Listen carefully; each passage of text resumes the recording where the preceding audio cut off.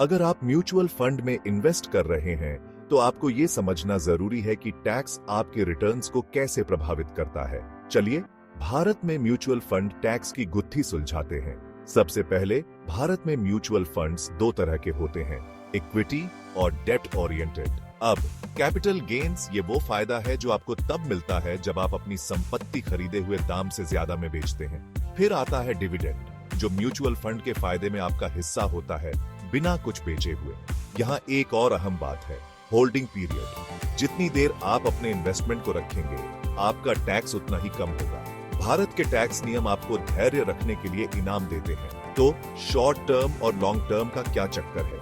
अगर आप अपने म्यूचुअल फंड यूनिट्स 3 साल के अंदर बेचते हैं तो आपको अपने हिसाब से short term capital gains tax देना होगा। 3 साल से ज्यादा रखें तो आप long term capital gains tax पर आ जाते हैं, जो ज्यादातर कम होता है। और ये रहा भारत में म्यूचुअल फंड टैक्सेशन का पूरा किस्सा।